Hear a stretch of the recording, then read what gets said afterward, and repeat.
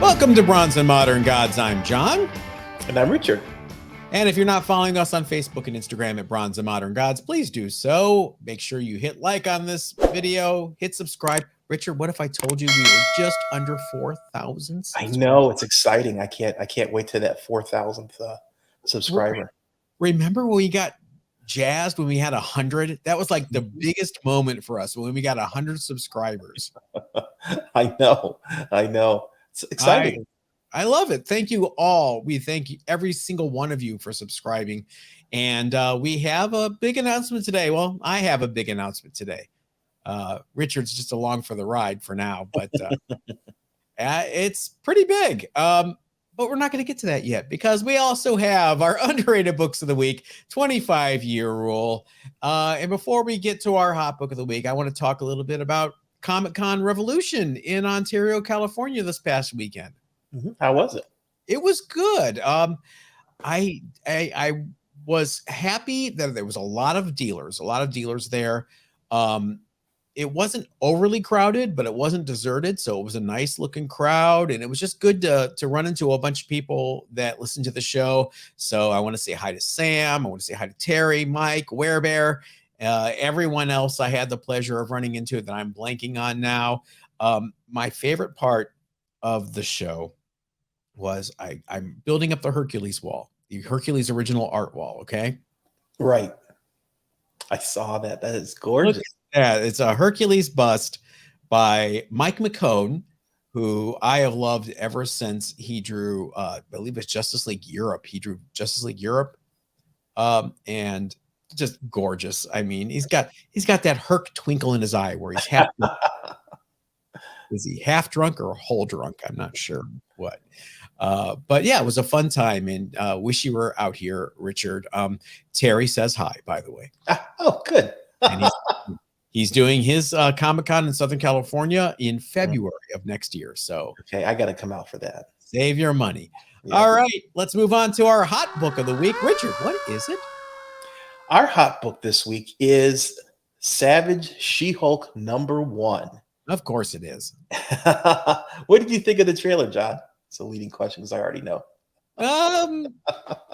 Well, okay. It's easy to make fun of the CGI. The CGI, you guys, whatever your feelings are about it, you got to admit the CGI was budget. Let's just call it budget. There's that one shot where she's in the law office walking towards the camera and you can see the artifacting around her hair. It was, if it wasn't anything but Marvel, I wouldn't be as disappointed, but Marvel's standards are here now when it comes to this stuff. So it was kind of shocking to see how CW it looked. Yeah. I mean, it wasn't Sonic bad in terms of CGI, but it was pretty, it looked like somebody's proof of concept work instead of a trailer leading up to a TV show. It was shocking. I mean, but let's take the CGI out of it. It's got that flavor of the Peter David, Dan Slott run. I think it script wise, it looks really promising. It looks fun. She-Hulk better be fun. You can't do She-Hulk without it being fun. Right. And it's, you can't just be a female version of Mark Ruffalo. That this isn't going to work. It's got to be its own take. There are so many great storylines for She-Hulk. My favorite is the sensational She-Hulk with John Byrne. I hope they really take to heart the fact that she can be fun and she can be monstrously strong, have a female sensibility to her, and her own unique personality. So that's what I'm really hoping for. I think we saw that with the Tinder dates. Yeah. It's funny that you say she cannot be a clone of the regular Hulk, Mark Ruffalo, because that was the problem with this very book, Savage She-Hulk, is that they tried to make it a female Hulk. I mean, right down to all she's missing is the purple pants. And that's why this title flopped when it came out. It only ran for 2 years. This is interesting. The GPA 90-day average for a CGC 9.8 of this book is down to $1,048. That itself is $150 down from the 12-month average. but the last sale was just for $900. So, do you think people saw the trailer and freaked out? I really think this book, I remember when this book, no, not longer than 2 years ago, was a $200 book at Yeah. 9.8. So I can't believe that the price as it stood at $1,200, $1,100 for a 9.8 was sustainable. I think just some of the air is out of the balloon now that we're getting closer to the actual event. So, I see it going down, but settling. 900 would probably be a good price for it to settle at. But yeah, I'm thinking people are definitely nonplussed by that trailer too, and that could have that negative effect on it. It's funny you say you remember them when this was a $200 book. I remember when this was a dollar bin book. I know, I know. At one point I had 3 or 4 of them, Yeah. and and I learned how to press on them. So They were your practice books? they were my practice books. Oh Yeah, my yeah. God. Wow. Oh, that's crazy. Well, Savage She-Hulk #1. What do you guys think? What'd you think of the trailer? Let us know in the comments. We're curious. Some of you already chimed in on Instagram and when I posted a screen grab, particularly egregious screen grab earlier this week onto our IG account. So let us know in the comments what you think. All right, Richard. I can't put this off any longer. I have a big announcement to make, a huge announcement to make. And I have to be honest, I'm a little nervous talking about this on the show not because I have, a disease or anything, nothing bad. No political aspirations here. Right. Let me preface this by saying this is good news announcement. I'm nervous to talk about it because I don't want to come off as a huckster or trying to use this show to sell something or in a negative way. But I also am always completely transparent with you guys. And I do think a big portion of our audience is going to be interested in what I have to say. And I also feel that you guys are such a loyal audience and such a vocal audience that you should know first before any PR goes out or anything, because you guys have been so supportive. So I think you should be the first to know. I am launching a comic art NFT marketplace. I will pause for tomatoes to be thrown. No, honestly, it's going to be a one-stop shop for comic book fans, comic artists, and creatives. Those are the most important things. And it's called Near Mint NFT.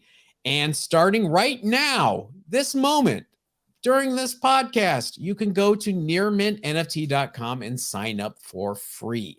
Now, I'm going to back up here. Please do not let the NFT part scare you. I promise you guys, this is not JPEG apes. This is not a PFP profile picture NFT simple graphic kind of play. It is not. I would never do something like that. This is something very different, as Richard can attest, because Richard's been kind of listening to me in the background rant about this for the last few months. Let me start off with, here are the issues with comic book NFTs now as I see it. Here's the bad stuff that's happening. You've got a fragmented marketplace, okay? Some artists are selling stuff here. Some are selling it over here. There's no real one-stop curated place for comic book related NFTs.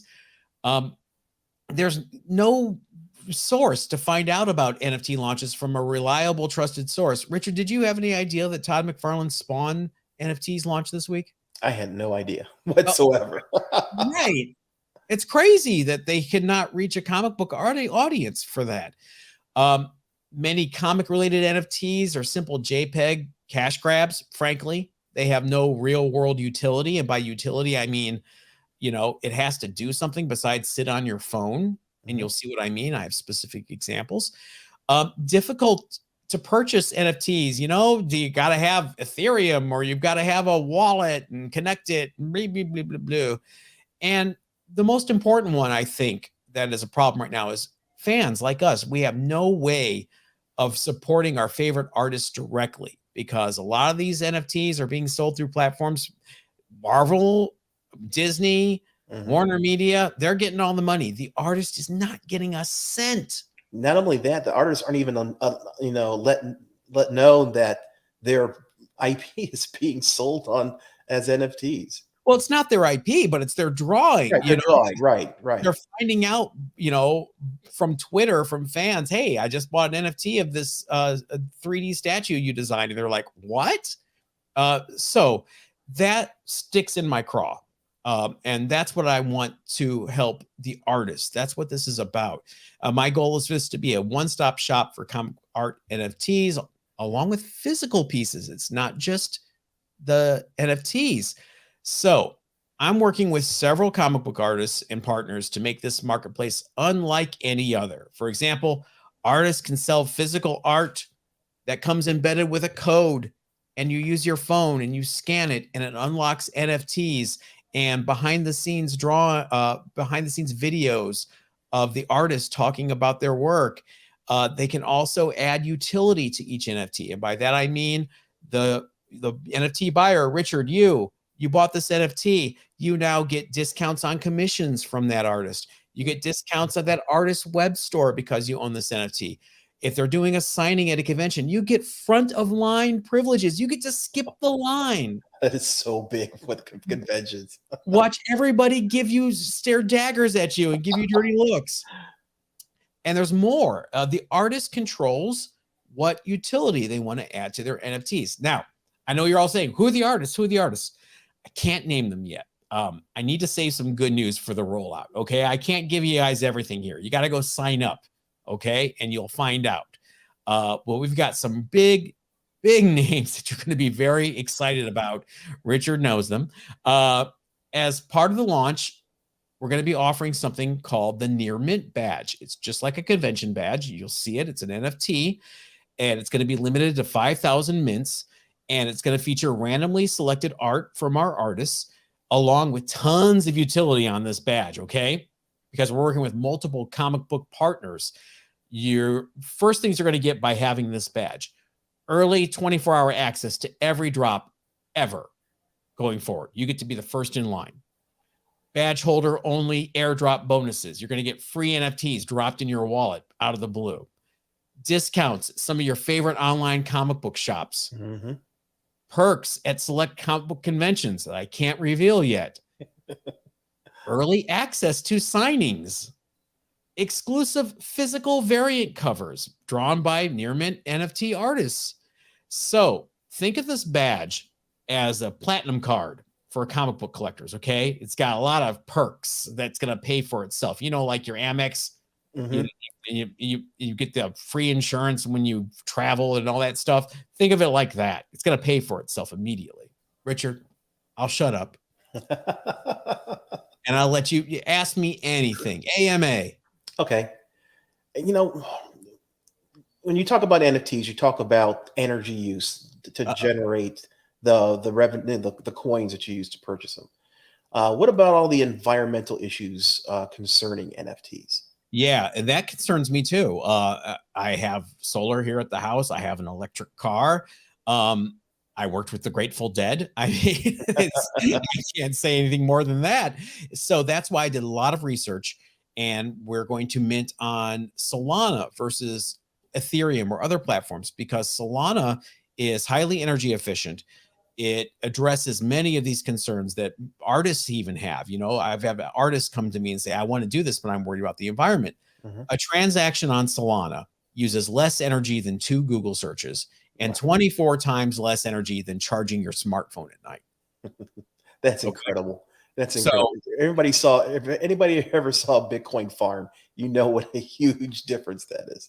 Right. So this is not that. This does not impact the environment in that way whatsoever. So do you have to have Ethereum or Bitcoin or anything like that? Nope. Just your handy dandy credit or debit card. Like any other web store, it's going to be a secure cart. You'll see. Of course, if you want to use Bitcoin to purchase, you can do that as well, but it's not going to be required. I'm making this as easy as possible. This is the NFT marketplace for people who hate NFTs. Yeah, a lot of lessons learned from earlier. You guys watch this show. We've been paying attention and taking notes of what we hate. Mm-hmm. Yep. So what's next, and what can people do to get signed up? Easy. Right now, head over to nearmintnft.com, sign up for the whitelist. We're going to be making a lot of announcements over the next month and a half. It costs you nothing right now to sign up. Just go hit that sign up button on nearmintnft.com, sign up, and you're going to know everything. Also, you're going to want to follow us at Nearmint NFT on Instagram, Twitter, and Facebook, and join our Discord. There's a link right there on nearmintnft.com. But yeah, just go type nearmintnft.com on any social platform. You'll find us. I got to say, John has put a lot of blood, sweat, and tears into this project, and he's done it right with the in coffee. He's got the foundation set up to make this thing not only focusing on the artists, but focusing on the fans. Yeah. You know, that's what's lacking in a lot of the NFT offerings nowadays. Yeah, you know, we can talk frankly here. I think it's a lot of people that aren't part of the comic book collecting world that saw easy money and came in and made some great licensing deals. I'm not going to take anything away from that. But that was it. You know, what are you doing for me now? Why I've got this, digital comic on my phone as an NFT. Great. There's no utility. The future for NFTs, if there is a future, will be utility. Right. It's almost like a fan club. Like I said, it's a platinum card. It's what are you giving the buyer besides something cool to show people on their phone? That is not what this is. This is about giving you guys real utility. When you see some of the partners that are coming on board, you'll get it, and you'll be really glad you signed up for the whitelist. Yes. Sign up. I trust me. you'll see some amazing things. And you guys, you know how accessible I am and how transparent I am. Leave comments. When you go on to the Nearmint NFT Instagram, send me a DM. I'm going to answer any and all questions you have. I'm ready for the criticism. I'm ready for the non-believers. I think I have a really good marketplace that addresses a lot of those concerns, because I wouldn't do it just to throw something up there to make a quick coin. Those days of the NFT are over. You will never see another Beeple JPEG sell for $82 million. So yeah, so I do think there is something to be said for the blockchain and the blockchain technology. This is the next step, and I'm bringing it to comic book collectors. Awesome. End of sales pitch. It's a great thing. I am so excited for you, John. I'm so exciting. And this has been behind the scenes for a long time here. And I'm glad to have it finally out in the open where people can start to see the labors of your efforts. I think if anybody has run into me at a convention the last year or 6 months or so, has seen me running around Artist Alley like a chicken with its head cut off, that's why you've seen me running around. And I'm so happy and so excited that we're at the point now where I can make it public. And guys, I'm telling you, if you don't believe me, see for yourself. Go sign up for the whitelist and just sit back. It costs you nothing. Sign up. Absolutely. And I you know what? In 25 years, the investment you make today could be astronomical.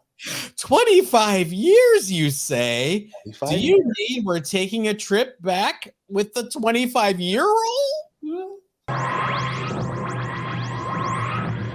Wow. 25 years ago, 1997, NFTs stood for no friggin' time for this. You picked this one, and I know why you picked it. So I'm just gonna sit back and roll, buddy. I am a huge J. Scott Campbell fan, and my pick this week for the 25-year-old is Danger Girl Preview, specifically the American Entertainment Edition. This is the first comic that featured Danger Girl, the Danger Girl series. And Danger Girl is, I'm trying to figure out a good way of describing who the character is. John, can you put her in? I kind of like a Laura Croft, Tomb Raider-ish, kind of Indiana Jones. That's the first thing comes to mind too. Yeah. This was originally put out by Image, and this particular edition, this isn't actually a full comic book.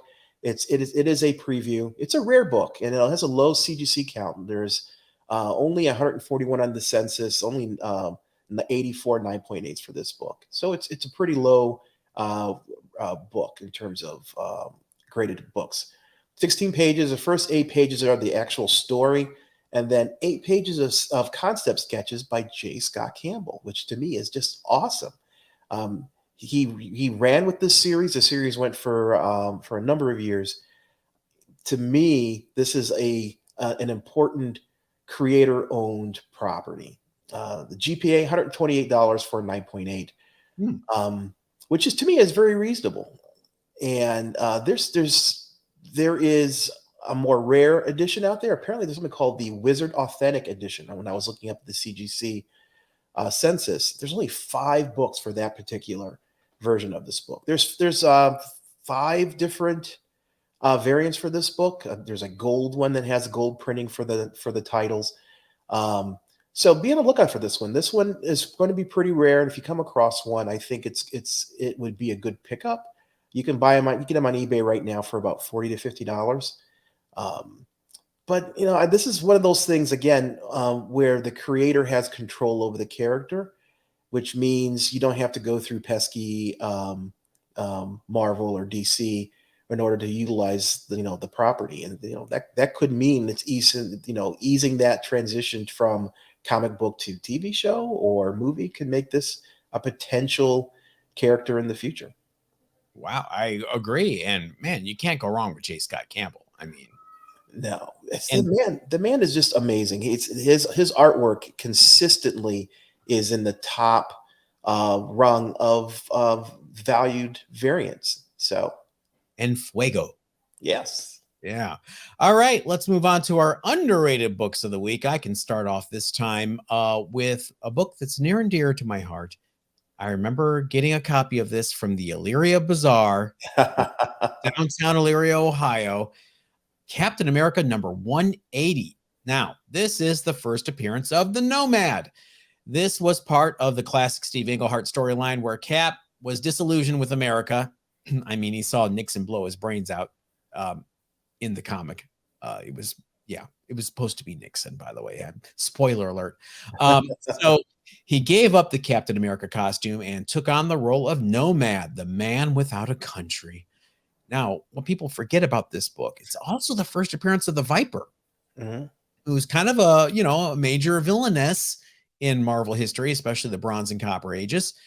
I was shocked at how expensive this book has become.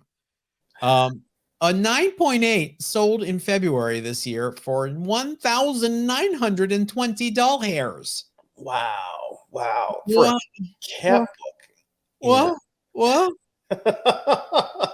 That's impressive. I mean, I have to say there aren't that many Cap books that are in that price range for this. Oh, yeah. Cap 100 is, I don't know, around there. No, Cap 100 is of course a lot more than that, but it's just shocking that something in the middle of the 70s run is selling for almost $2K. And so again, I was at the Comic-Con Revolution today walking around, and I saw a couple Cap 180s on the wall, and I was like, oh, I did a nice copy. I think mine's like a 9.2. Let me see. And boing, sticker shock. I was like, what is going on with this book? I don't think they made any announcements about the MCU or anything with Viper or Nomad, but I don't know. It's just people tell me in the comments what's going on with Cap 180. Yeah, I'm curious too. I don't know. All right, what's your book? My book is Usagi Yojimbo number 10, the STC variant book for 2020. I have to specifically say 2020 because there's like 5 number 10s for Usagi at this point. This was an interesting one. I was really excited about this book when it came out. It is a Peach Momoko cover, gorgeous cover. I mean, her covers come and go, but when she does samurai, Japanese themed art, it is amazing. So this was only purchasable through IDW's Comic-Con at Home website, because remember that? Yeah. This was the depths of the pandemic, so you weren't going to any con to buy anything. There were 200 books available. They limited it to 2 books per buyer, and it sold out in 15 seconds. I mean, it was amazing. I was there. I managed to snag 2 books. I was super thrilled because, again, I'm a huge fan of Usagi and I'm a huge fan of Peach Momoko. Right after that, these books were selling for $500 raw. I know I sold one of my 2 for around $500. It was just too tempting to do so, not to do so. Um, the price now has dropped significantly, though. I don't know, other than Peach isn't as hot as now as she was then. Right now, you can get a 9.8 for around $160. So I mean, they're very, very affordable in my opinion. But this is one of those things where I think people are going to be short-sighted. If you're playing the long game, Peach Momoko was on fire on 2020. That was the year she really just caught on. That was the year of the peach. Yep. Marvel kind of tied her up, and I think that kind of hurt her ability to experiment. Mhm. So her art is much more focused now, which is not a bad thing. It's just, I think some of the values of her work are suffering. But if you look at the long term, and her art is amazing. This particular book is limited to 200 copies. Wow. So it's definitely is something that is going to continue to have a rarity. And as things always come and go in cycles. As people go back and look at the 2020s and look at the pieces that are rare and with gorgeous covers. I mean, look at this thing. This cover is just amazing. I think 164 9.8 is a steal. So this is a book I think definitely buy now while it's inexpensive, because at some point it's going to be Ghost Spider 2 variant cover where it's $2,000. The cat agrees. Yeah, sorry. No, and the cat's like, you buy it now. Love it. I love it. Is that Tinkerbell's? No, that's Adele, one of our other cats. Oh, okay. If she has a voice like an angel, just like Adele. Mhm. Wow. All right. I remember you being super excited about this book because we were texting back and forth, and I remember you were super nervous you weren't going to get it. And 15 seconds later, Yeah, I was primed. This is one of those times where you log into the website, you get everything already, and you're hovering over that button, watching the clock change, and you pick it up. kind of like the San Diego Comic-Con hotel raffle that happened last week. I got one. So we're set with badges and we're set with hotel. And anybody going to Comic-Con this year? You're not. You've got a good excuse. Yeah, I do. I do have a good Every birthday you have to attend to. But yeah, it should be interesting. And a little bit more about Comic-Con Revolution this weekend. Hot books people were looking for. Sailor Moon. Yeah, Everywhere we went, we ran into people. I don't know if it's because they heard me talking about it on the show and they wanted to come tell me, but we had more than a few people come up to us and show us the Sailor Moon books that they bought at Comic-Con Revolution. They're coming up and they're like, "Oh, John, yeah, you mentioned this and I got this and this." And I was like, "Uh-oh." Poor Raphael's not going to get his Sailor Moon collection. You wanna share a little bit about what happened? Yeah, it's no big deal, but it just kind of rubbed me the wrong way. There was a vendor that had a copy of the Sailor Moon San Diego 1998 pink limited foil Yeah. comic that we've been looking for. Mhm. And, it was about a 9.2. It had a scratch on the silver foil. It had 2 really deep dents on the spine. Even if I pressed them out and used the tack iron, they were going to leave a mark. Mhm. And he had it for 300, and we made an offer for 275, and the guy went off, and I have to talk to the owner, and he ran off and he came back and he goes, "Nope, I can't do 275. It has to be 300." And we're like, "Oh, okay, well, we're going to pass."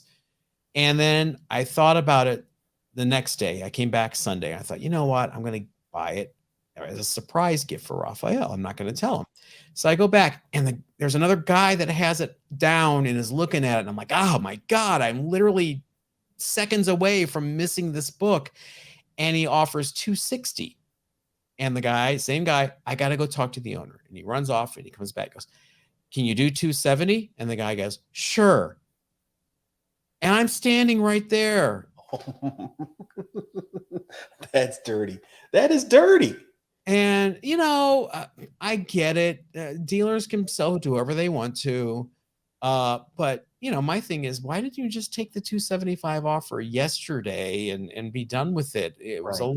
a lot of agita over $25, in my opinion. Yeah. Come on. You want to sell? You're there to sell books, right? You know, and You think, but you think. And frankly, the fact that he was so willing to take a lower offer. I think Sunday hit a lot of people hard. Sure. I think there were people there, but there wasn't a lot of transactions happening. And you know, I think Saturday was not the money, the ka-ching slot machine that all the dealers were hoping for. And so by Sunday morning comes around, they're like, okay, I got to make some deals. But boy, to see me standing there and he recognized me. I mean, it wasn't like he didn't recognize me from the day before. He knew I was looking at that book and he knew I was standing there waiting to buy it if this guy passed on it. Now that I'm thinking about it, I got to be a little fairer to the vendor, I guess. What was he supposed to do? You know, was he supposed to tell the guy, well, I can't sell to you because the guy behind you wanted it yesterday for 275, so I'm going to sell it to him. I mean, could he really have done that? Well, the books has 300 on the wall, right? There's 300. Guy offers 260, and he countered at 270. Yeah, 270. It's a tough one. Yeah, you're right. It is tough. You know, what am I expecting him to do? That's what it comes down to.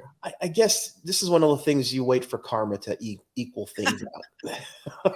But I mean, is it even really karma, or am I just butthurt because I didn't get a...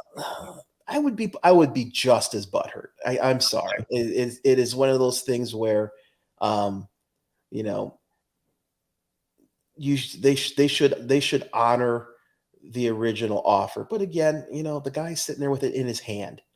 You know, exactly. That's the tough part. Yeah. So I'm much less angry about it than I was earlier. Well, I'm glad we could talk it through, John. I know. Well, also it's a lesson about empathy, and people think empathy really means, you know, feelings and things like it's empathy is about putting yourself in the other person's shoes. Yeah. And asking, okay, what would I do if I was that dealer and I saw me lurking behind the guy who has his cash out ready to give me 270? Right. I can't literally tell the guy, oh, you know what? This guy that turned me down yesterday wants to buy it now. I'm not going to. Okay. So here's a compromise. You had offered him 275, right? Yesterday. Yes. So I would have made the counter to this guy 275.